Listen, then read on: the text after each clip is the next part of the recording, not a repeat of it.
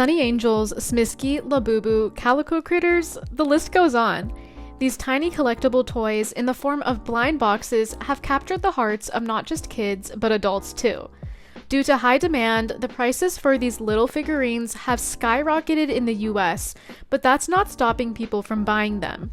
There's plenty of content available online with people doing unboxings and showing off their collections, which has only fed into the hype of these little trinkets. But what makes these blind boxes so irresistible? How big is this industry, and why are some of these tiny figurines going for so much money online? I'm Chelsea, and I'm gonna try to figure this all out. So what are blind boxes? In short, they are collectible items sold in sealed, opaque packaging, like a box, so buyers don't know the specific item they will receive until they open it. They are often part of a series, with some items being rarer than others, making them highly desirable to collectors. Blind boxes trace their origins to gashapons, or capsule toy machines, in Japan during the 1960s. Gashapon machines dispense random small toys or figures, tapping into the thrill of surprise and collection.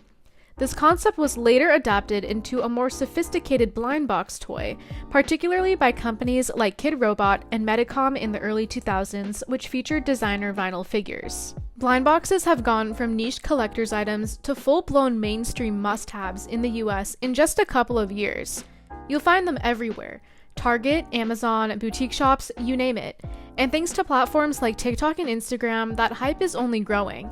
Blind boxes can cost anywhere from just a few dollars to over $40, depending on the brand, series, and popularity, making them accessible to a broad range of budgets and appealing to various economic demographics. And the resale can be even more depending on the rarity of the item. But this trend isn't just a local phenomenon. In 2022, the global collectible toy market, which includes blind boxes, was valued at about $12 billion. And by 2031, it's projected to grow to over $31 billion, with a compound annual growth rate of around 5.5%. So in short, they're popular now, and they're only going to get even more popular. Today, Pop Mart is one of the most popular brands of blind boxes, with over 450 stores globally and 2,300 robo-shops, which are essentially vending machines that sell the brand's blind boxes.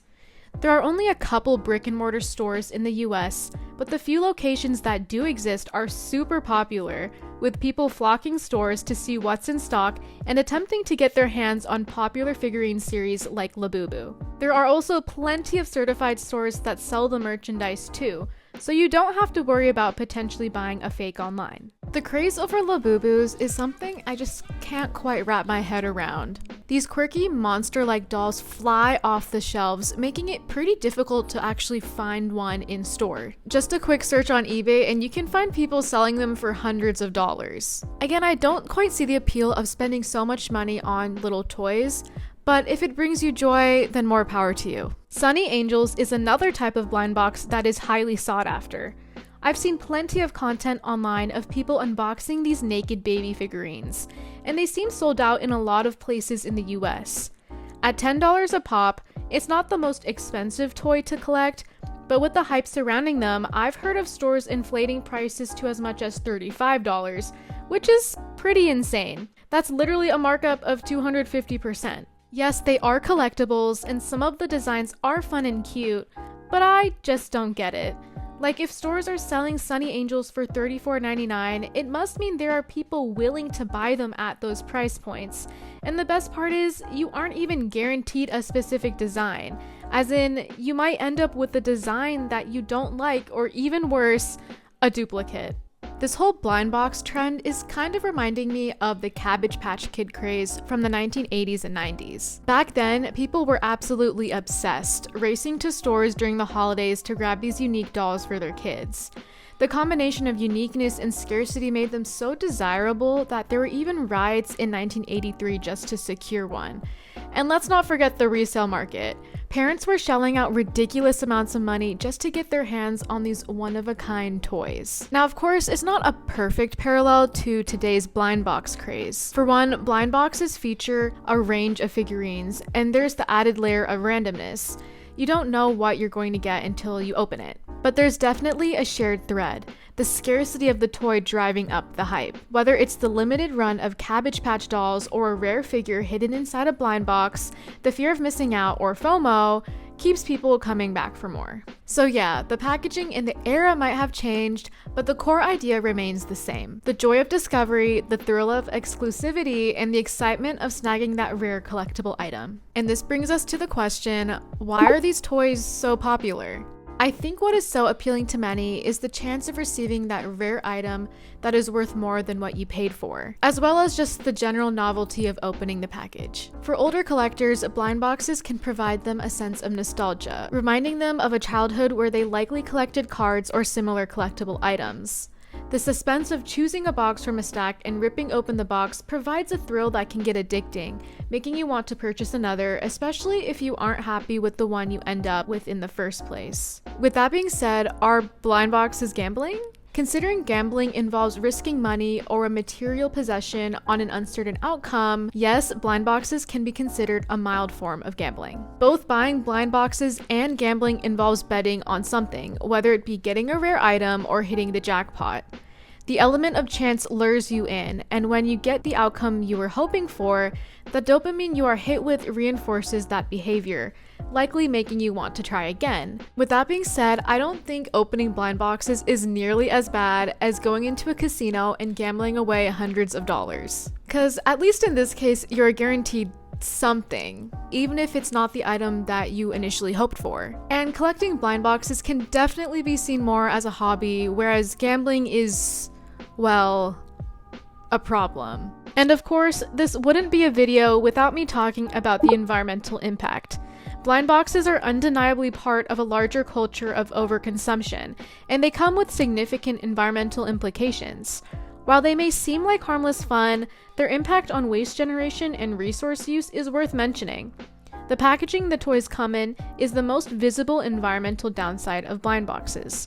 While they do prevent peeking before buying, the many layers of packaging is definitely excessive and contributes to the global waste problem. And when you're buying multiple blind boxes, one person has the potential to create a decent amount of trash in just a single opening session. Which brings us to the core of blind boxes, the repeated purchasing. Because you never truly know which toy you're going to get, the element of randomness can drive buyers to keep buying until they are happy with the figure they get, collect every figure in a series, or find that rare design. This cycle often leads to consumers purchasing more than they actually need or want, resulting in an accumulation of excess items. Think duplicates, unwanted figures, or even entire collections that lose their appeal over time. And with a bunch of unwanted duplicates or figurines in general, this just perpetuates a cycle of consumption that prioritizes novelty over necessity. So I'm definitely taking more of a negative stance on blind boxes, but maybe it's because I haven't felt the exhilaration of opening one myself. So I went to my local mall that actually has a bunch of stores that sell blind boxes. I went in with the goal of finding myself a Smiski just because I think they look kind of dumb and quirky, but in a cute way. Most of the stores were sold out of Sonny Angels, but this one store had them at a whopping $29. My friend decided to get it because she had been looking everywhere for them, so I obviously had to film her unboxing it. It's cute, but $29? Cute? I'm not sure about that. Anyways, then it was my turn, and I decided on this Smiski blind box because I was honestly fine with any of the options except for maybe this weird squatting one. And of course, that's the one that I got. Oh my god, this is the one I did not want. It's still cute and funny, which I guess is the point of Smiskis, but I'm still not quite sure if it's worth the $18 price tag that I paid for. But it's okay because my little disappointment was canceled out when my friend got the Smiski that she wanted for, which was this cute little one holding a duck. We got so excited that we were actually screaming in the middle of the mall, which kind of shows just how fun blind boxes can be. So did me partaking in my own unboxing skew my thoughts on blind boxes? Well, maybe a little. While I still think this is just a little fad and these inflated prices for these tiny figurines are, well, shocking, there was just something about experiencing the suspense of opening blind boxes with your friends that was so enjoyable. And I'm not gonna lie, I kind of want to keep going and try a different blind box. Maybe Calico Critters? Who knows? So what's the deal with blind boxes? At their core, they're more than just toys. They're little packets of joy, excitement, and sometimes frustration. For some, it's about the thrill of the mystery, and for others, it's the community and creativity they inspire. And yes, maybe there's a little bit of obsession in there too. But whether you're a die-hard collector, a casual fan, or someone like me who's just testing out the waters, there's no denying the impact these tiny boxes have on pulp culture. They've taken a simple idea, surprise, and turned it into a global phenomenon.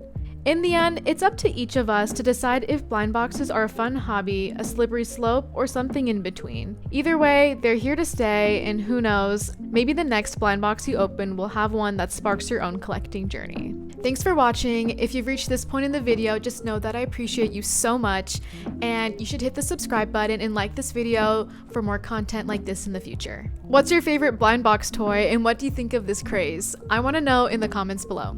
Okay, bye!